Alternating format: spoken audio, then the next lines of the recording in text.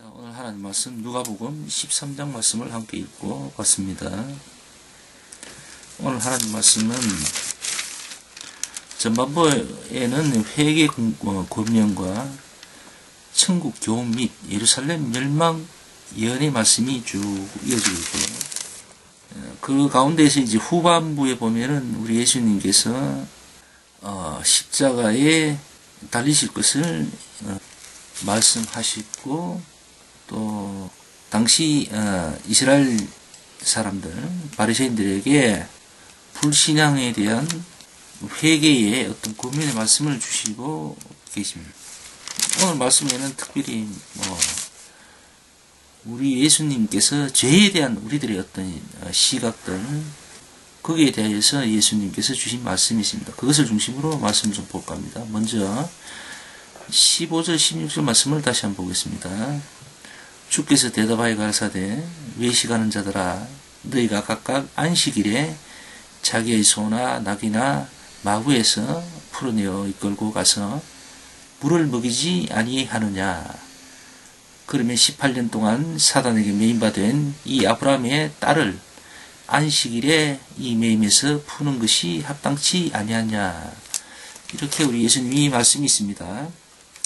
이 말씀의 배경이 된 게 10절 11절 말씀이 있네요. 동기 안식일에 한 회당에서 가르칠 때에 18년 동안 귀신 들려 앉으며 꼬꾸라져 조금도 펴지 못하는 한 여자가 있더라. 그 여자를 12절 예수님께서 보시고 불러 이르시되 여자야 네가 네 병에서 놓였다 하시고 안수함에 여자가 곧 펴고 하나님께 영광을 돌리니라. 여기에 이제 회당장이 예수님을 이제 비판하고 나서는 것이죠. 안식일을 범했다 이제 이렇게 해서 예수님을 공격했습니다. 그래서 예수님께서 좀 전에 15절 16절 말씀을 이야기하신 것이죠. 그렇습니다. 안식일의 주인은 곧 예수 그리스도 당신 자신입니다. 그리고 그 안식일은 주인이 우리에게, 그러니까 하나님이 우리에게 그 안식일에 혜택을 보도록 이제 하신 거지요. 그런데 이제 우리에게 주신 그 안식일의 그 은혜와 돌아올 혜택들이 사실은 우리 스스로가 그것을 우리 자신들에게 올무가 되도록 그리고 족쇄가 되는 어떤 그런 것으로 우리가 어리석게 사용을 했던 겁니다. 그러니까 당시에 그렇게 했다는 말이죠. 그래서 예수님께서 안타까워하셨던 거고요. 또 때로는 굉장히 화를 내시기도 했던 것입니다. 자, 이 안식일에 관련돼서 예수님께서 이렇게 보여주시고 정의를 내려주셨는데 그런데도 사람들은 정신을 제대로 잘 못 차리지요. 죄에 관련되어서 예수님께서 모범적인 어떤 모습들을 또 한 번 더 보여주십니다. 13장 1절에서 5절 말씀을 다시 한번 볼까요? 그때 마침 두어 사람이 와서 빌라도가 어떤 갈릴리 사람들의 피를 저의 제물에 섞은 일로 예수께 고하니 대답하여 가라사대 너희는 이 갈릴리 사람들이 이같이 해받음으로써 모든 갈릴리 사람보다 죄가 더 있는 줄 아느냐. 너희에게 이르노니 아니라. 너희도 만일 회개치 아니하면 다 이와 같이 망하리라. 또 실로암에서 망대가 무너져 치어 죽은 18사람이 예루살렘에 가 모든 사람보다 죄가 더 있는 줄 아느냐. 너희에게 이르노니 아니라. 너희도 만일 회개치 아니하면 다 이와 같이 망하리라. 이렇게 말씀을 하셨습니다. 자, 우리가 굉장히 오해하는 부분들이 참 많은데요. 가령 믿는 사람이 병들었다거나 어느 날 사고를 당하거나 그러면은 다 그렇지는 않겠습니다만은 가끔은 또 들어는 그것을 가지고 그 당사자나 혹은 그 가족들이 어떤 죄가 있어서 그럴 것 같다라고 이제 얘기하는 사람들이 들어 있었습니다. 사실 제가 본 것도 있고 또 많이들 또 그런 이야기를 하는 걸 들었습니다. 가끔 때로는 장애가 있는 아이들이 부모에게 이런 식으로 얘기를 해서 깊은 상처를 주기도 하고 그런데 말이죠. 예수님께서 마지막에 5절 말씀에 말씀을 하셨습니다. 먼저 아니라고 분명히 말씀을 하시고 그 후에 또 이어서 너희도 만일 회개치 아니하면 다 이와 같이 망하리라 이렇게 말씀하셨습니다. 어떤 사고 현장이나 또 어떤 불행한 일을 겪은 사람이 그러니까 쉽게 말하면 다 그런 게 아니라는 거죠. 정말 죄가 있어서 그렇게 벌 받는 경우도 있겠지만은 그게 아닌 경우도 있다는 거죠. 예수님 말씀에. 전적으로 그 죄 때문에 너희들이 그렇게 고난을 받고 힘겨운 시간들을 보내는 것이 아니다라고 말씀합니다. 그런데도 불구하고 옛날이나 지금이나 말이죠. 믿는다는 사람이 뭐 교통사고 나면은 뒤에서 말이죠. 저 사람이 뭐 신앙생활이 조금 아닌 것 같더니만 결국 저렇게 불행한 사고를 당하고 한다 그러면서 그런 말은 특히 그 여성들이 그런 말 하는 경우가 좀 많았던 것 같습니다. 그런 말은 참 하면 안 되는데 말이죠. 설사 자기 눈에 그렇게 보일지라도 그런 말은 해서는 안 되죠.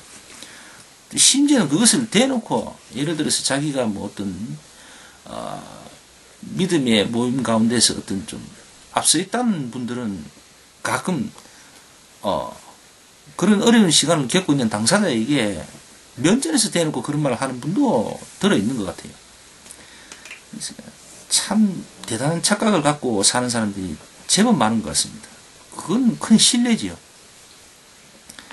자기가 앞서 있든 뭐 뒤에 있든 뭘 그렇게 제대로 알고 얘기를 하는지는 모르겠지만은 아닌 거죠. 그건.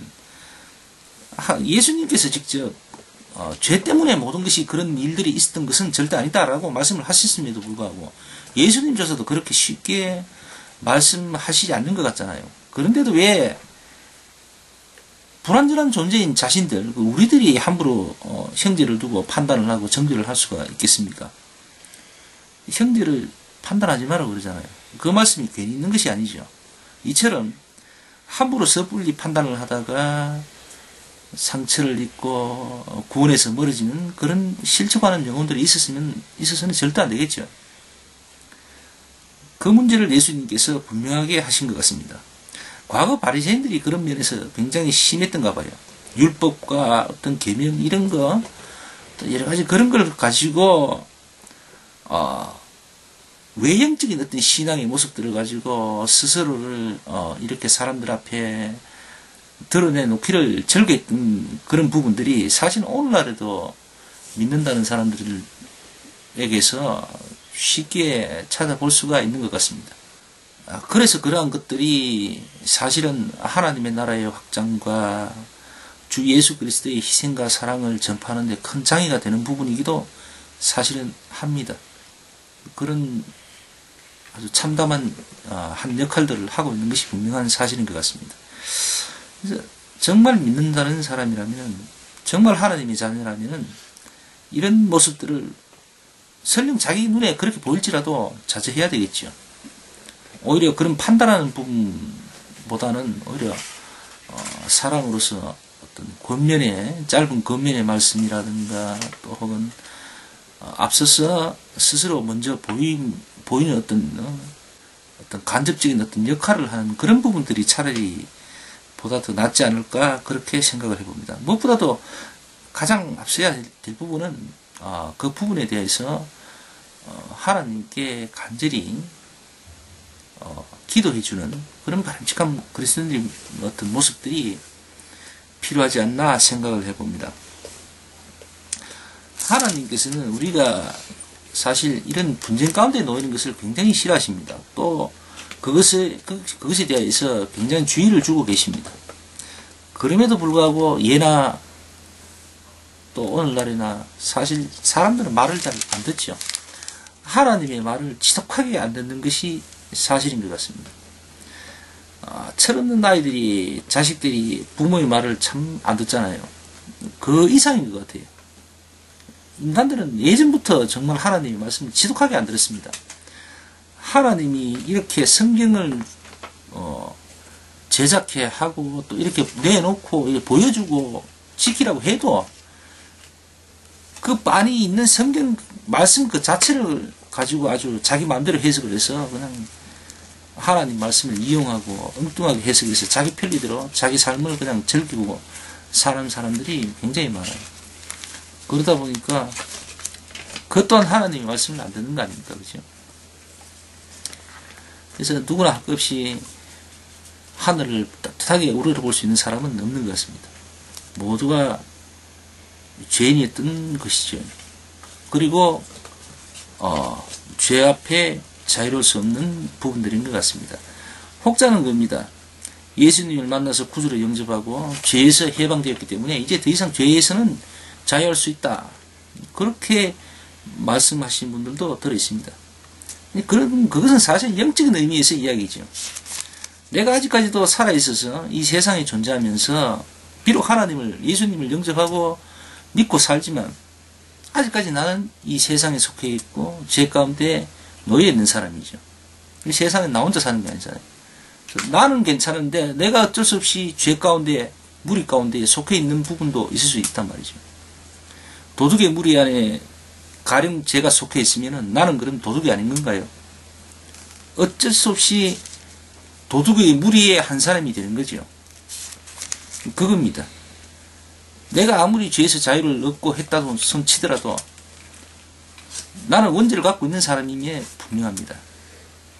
그래서 예수님이 십자가의 그 은혜가 필요한 것이고 그 은혜를 힘입었으면 구원의 약속을 내가 분명히 받은 것입니다. 그 혜택을 입는 사람이 되는 것이겠죠. 근데 중요한 것은 그 전에 분명한 사실 한 가지가 있습니다. 정말 내가 믿느냐는 것이요. 내가 진짜로 예수님을 믿고 사느냐는 것이죠. 내가 예수님의 그 십자가를 분명히 내가 은혜 입은 자가 맞느냐는 것이죠. 나는 믿었고 십자가를 붙잡았다고 하는데 예수님께서는 달리 생각하시고 계시면 어떻겠습니까? 그래서 쉽게 이야기하지 말라는 거죠. 내가 아무리 확신이 있고 자신이 있다 손치더라도 내가 하나님의 나라와 복음을 위해서 전파하는 것은 어쩔 수 없겠지만은 그렇지 않다면은 그것을 가지고 남에게 이야기할 필요가 없는 거죠. 드러낼 이유도 없고요. 그렇지 않습니까? 내가 어떻게 하나님께 무슨 면허증을 받은 것도 아니고요. 허가증을 달리 요렇게 받고 있는 것도 아니잖아요.